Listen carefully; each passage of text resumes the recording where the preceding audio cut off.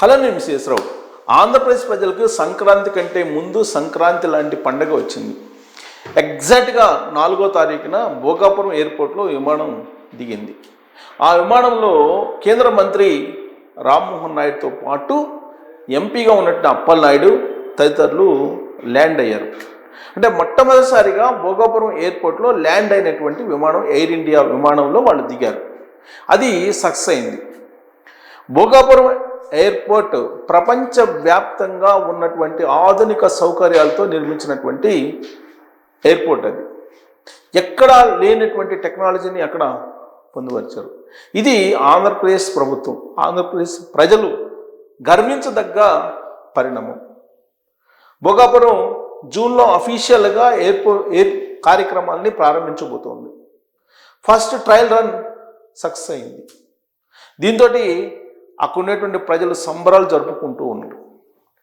International airports 4 ఉన్నాయి. Tirupati international airport, Visakha international airport, Bhogapuram international airport, ఇప్పుడు Gannavaram international airport. ఇవి 4 ప్రస్తుతం ఉన్నాయి.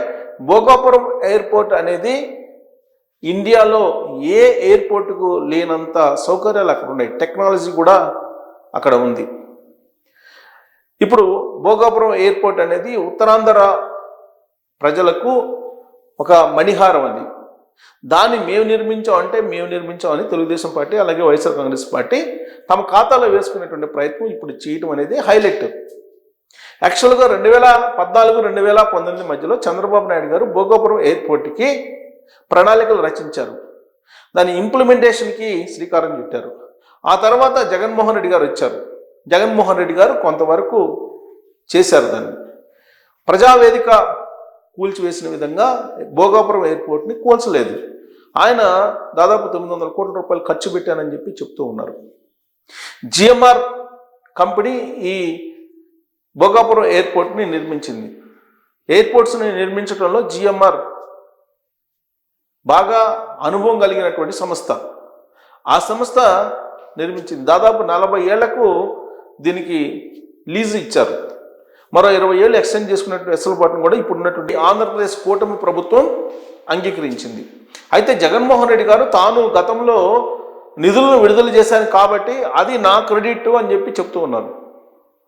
గతంలో గూగుల్ AI సెంటర్ వైజాగ్లో వచ్చింది. దాదాపు 1,40,000 కోట్లకు పైగా పెట్టుబడులు పెట్టడానికి సిద్ధమైంది. అది తామే తీసుకొచ్చామని చెప్పి జగన్మోహన్ రెడ్డి గారు చెప్పారు. గతంలో తాను చేసినటువంటి ప్రయత్నం ఇప్పుడు ఫలించింది చంద్రబాబు గారి టైంలో అని చెప్పి చెప్తూ ఉన్నారు. అంతకుముందు ఈ గూగుల్ డేటా సెంటర్ అనౌన్స్ అయిన తర్వాత టెంటేటివ్గా అఫీషియల్గా అనౌన్స్ కాకముందు వైఎస్ఆర్ కాంగ్రెస్ పార్టీకి సంబంధించిన కొంతమంది బయటకు వచ్చేసి అది వేర్ హౌసింగు, అదొక గోడౌను, దానివల్ల ఉద్యోగాలు రావు, ఇలాంటి కామెంట్స్ చేశారు. ఆ వారం రోజులు ఆ కామెంట్స్ చేసిన తర్వాత జగన్మోహన్ రెడ్డి గారు స్క్రీన్ మీదకి వచ్చారు. ప్రెస్ మీట్ పెట్టి అది తానే తీసుకొచ్చాను, తనదే క్రెడిట్ అని చెప్పి చెప్పారు. దాంతో అప్పటి వరకు జరిగిన ప్రచారం ఒక్కసారిగా గప్చిప్ అయిపోయింది. సేమ్ అలాగే ఇప్పుడు భోగాపురం ఎయిర్పోర్ట్ విషయంలో కూడా జరుగుతుంది. భోగాపురం విమానాశ్రయం అనేది వైబుల్ కాదు. ఆల్రెడీ విశాఖ విమానాశ్రయం ఖాళీగా ఉంది, ఈగలు తోలుకుంటుంది. ఇప్పుడు భోగాపురం ఎయిర్పోర్ట్ ఎవరికి కావాలి అనేటువంటి ప్రచారం వైఎస్ఆర్ కాంగ్రెస్ పార్టీ వాళ్ళు చాలామంది ఇప్పటి వరకు గత 4-5 రోజుల నుంచి చేస్తూ ఉన్నారు. ఇలాంటి సందర్భంలో జగన్మోహన్ రెడ్డి గారు ఇవాళ ఒక ట్వీట్ చేశారు. భోగాపురం ఎయిర్పోర్ట్లో ట్రయల్ రన్ సక్సెస్ అయింది. ఆ సక్సెస్ చేసినటువంటి వాళ్ళకు అభినందనలు, జిఎంఆర్కి అభినందనలు, ఇది తన క్రెడిట్ అని చెప్పేసి ఆయన ట్వీట్ చేశారు. దీంతో ఇప్పుడు వైఎస్ఆర్ కాంగ్రెస్ పార్టీ వాళ్ళ గొంతుల్లో వెలక్కాయ పడినటువంటి పరిస్థితి ఏర్పడింది. ఇంటర్నేషనల్ ఎయిర్పోర్ట్స్ 4 ఉన్నాయి. ఈ 4కి సంబంధించి వైబిలిటీ బాగుంటుంది, ఎయిర్ ఫ్రీక్వెన్సీ బాగుంటుంది అని చెప్పి అంచనా వేసి రాబోయేటువంటి 40 సంవత్సరాలు కూడా దానికి లీజుకి తీసుకొని రన్ చేయడానికి జిఎంఆర్ లాంటి సంస్థ ముందుకు వస్తే అసలు అక్కడ ఎయిర్ ఫ్రీక్వెన్సీ ఉండదు, విమానాలన్నీ ఖాళీగా ఉన్నాయి, విమానాశ్రయాలు ఖాళీగా ఉన్నాయి, ఈగలు తోలుకుంటాయని ప్రచారం చేస్తున్నారు కొంతమంది వైఎస్ఆర్ కాంగ్రెస్ పార్టీకి సంబంధించినటువంటి వాళ్ళు. ఇలాంటి సిచ్యువేషన్లో ఈ క్రెడిట్ తెలుగుదేశం పార్టీకి దక్కుతుందా లేదంటే వైఎస్ఆర్ కాంగ్రెస్ పార్టీకి దక్కుతుందా అనేటువంటి ఒక చర్చ రాజకీయ వర్గాల్లో బయలుదేరింది. భోగాపురం ఎయిర్పోర్టుకు సంబంధించి ప్రణాళికలు రచించడం దగ్గర నుంచి చంద్రబాబు నాయుడు గారు చేశారు. ఇప్పుడు కేంద్ర విమానయాన శాఖ మంత్రిగా ఉన్నట్టు రామ్మోహన్ నాయుడు గారు యుద్ధ ప్రాతిపదికన దాన్ని పూర్తి చేయడానికి నిధులను విడుదల చేయడంతో పాటు పర్యవేక్షించారు. ఆ క్రమంలో భోగాపురం ఎయిర్పోర్టు అనుకున్నటువంటి సమయానికి పూర్తయింది. ఇప్పుడు ట్రయల్ రన్ సక్సెస్ అయింది. రాబోయేటువంటి రోజుల్లో మరొక 4 నెలల్లో అఫీషియల్గా లాంచ్ చేసి అక్కడి నుంచి కార్యక్రమాలను పూర్తి చేయబోతున్నారు. అంతేకాదు విశాఖ పోర్టుకి దీన్ని అనుసంధానం చేసేటువంటి ప్రక్రియ కూడా కొనసాగుతుంది.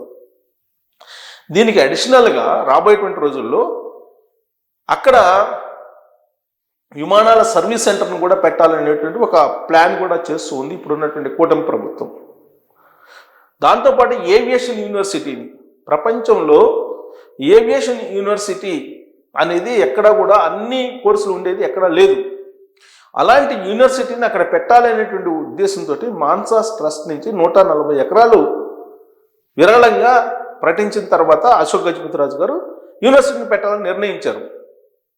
ఆయా దేశాల్లో ఉండేటువంటి కోర్సులన్నింటినీ ఒక చోట పొందుపరిచి ఒక చోట డిజైన్ చేసి అక్కడ విద్యార్థులకి కోర్సును అందించాలి, విమానాశ్రయానికి అవసరమైనటువంటి వర్క్ ఫోర్స్ని తయారు చేయాలనేటువంటి ఒక ప్రయత్నం కూడా చేస్తున్నారు.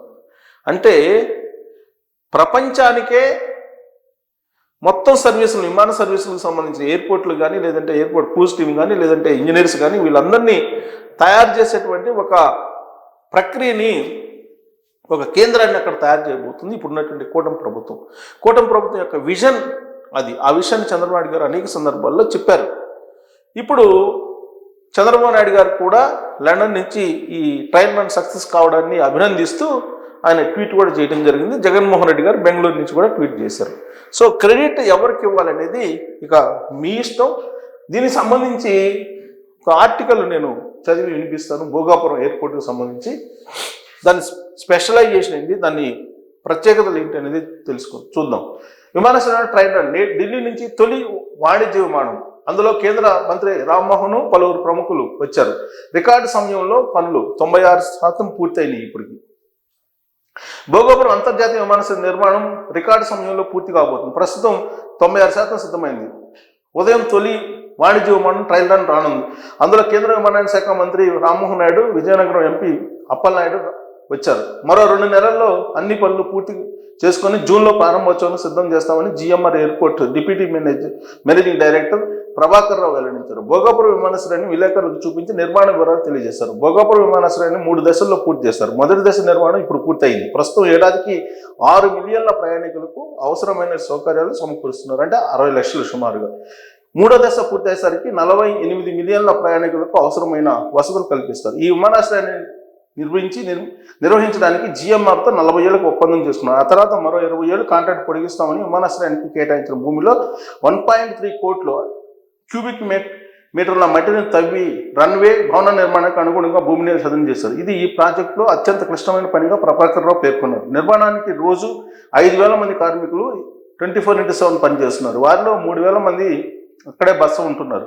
ఇప్పటి వరకు 35 మిలియన్ల పని గంటలు పూర్తి చేశారు. ఒక్క ప్రమాదం కూడా ఇంతవరకు జరగకపోవడం గమనార్హం. ఒక్క ప్రమాదం కూడా జరగకుండా ఈ భోగాపురం విమానాశ్రయాన్ని జిఎంఆర్ పూర్తి చేసింది. ఇది ఒక రికార్డు, ఓల్డ్ రికార్డు. తెలుగుదనం ఉట్టుపడేలా భోగాపురం విమానాశ్రయంలో దిగగానే ఇది ఆంధ్రప్రదేశ్ కళల కాణాచి అని తెలిసేలా నిర్మాణం చేస్తున్నారు. దీనికి అల్లూరి సీతారామరాజు పేరు పెడుతున్నారు. విమానాశ్రయం ముందు ఆయన విగ్రహం ఏర్పాటు చేస్తున్నారు. అదేవిధంగా విశాఖ జిల్లా ఏటికొప్పాక బొమ్మలకు ప్రసిద్ధి కావడంతో 19 మీటర్ల ఎత్తున ఆ బొమ్మలు పెట్టున్నారు. విమానాశ్రయంలో ఫ్లోరింగ్ మొత్తం గ్రానైట్ను లేజర్ టెక్నాలజీతో కట్ చేసి సంక్రాంతి ముగ్గుల డిజైన్తో వేశారు. అదేవిధంగా పైకప్పునకు కూడా తిలిగిళ్ల ముందు కనిపించే ముగ్గుల్లా డిజైన్ చేశారు. టెర్మినల్ భవనంలో 120 మీటర్ల వెడల్పు, 6 మీటర్ల ఎత్తున డిజిటల్ స్క్రీన్లు పెట్టి వాటిపై కూచిపూడితో సహా తెలుగు కళలన్నింటినీ డిస్ప్లే అయ్యేలా చేయనున్నారు.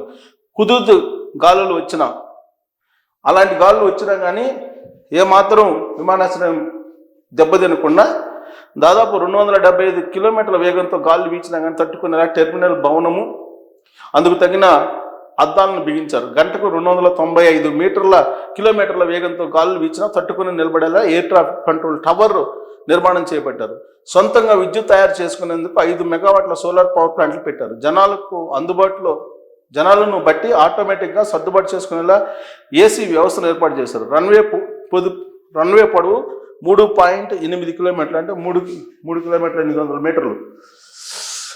పక్కనే ట్యాక్సీ ట్రాక్ మరో 3 కిలోమీటర్ల పొడవు నిర్మించారు. ఇప్పుడు గంటకు 10 నుంచి 12 విమానాలు రాకపోకలు సాధించే అవకాశం ఉంది ప్రస్తుతం. అయితే ఏప్రిల్లో 7 బ్రిడ్జిలు 12 ట్యాక్సీ ఛానళ్లు నిర్మించారు. వైసీపీ హయాంలో నిర్లక్ష్యం. 2019 ఫిబ్రవరి 14 అప్పటి సీఎం చంద్రబాబు ఎయిర్పోర్ట్ నిర్మాణానికి శంకుస్థాపన చేశారు. సో 2019లోనే శంకుస్థాపన చేశారు చంద్రబాబు గారు.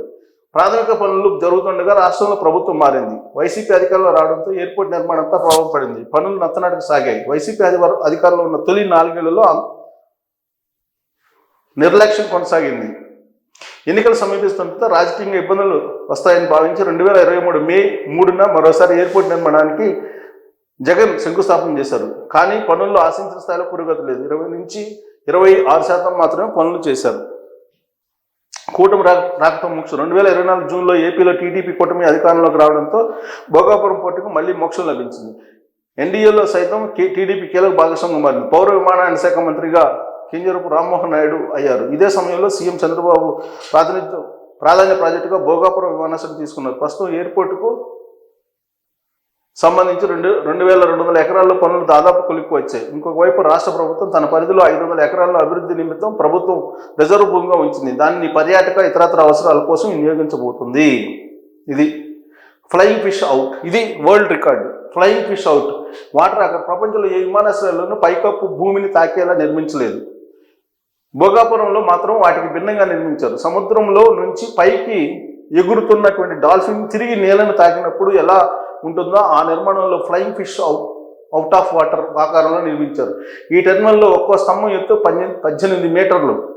భవనం విస్తీర్ణం 78,000 చదరపు మీటర్లు. అందులో 22 చెకింగ్ కౌంటర్లు, 18 సెల్ఫ్ బ్యాగేజ్ డ్రాపింగ్ పాయింట్లు పెట్టారు. అధునాతన టెక్నాలజీతో ఇవన్నీ పనిచేస్తాయి. Automatic boarding pass, baggage tag వస్తాయి. ప్రతి లగేజీ బ్యాగ్ లోపల 6 కిలోమీటర్ల పరిధిలో పరీక్షలు పూర్తిగా చేసుకుని గమ్యం చేరుతుంది. అన్ని ప్యాసింజర్ ఫ్రెండ్లీగా రూపొందించారు. సో ఇది వరల్డ్ రికార్డ్. ఇది ఫ్లయింగ్ ఫిష్ అవుట్ ఆఫ్ ఇది.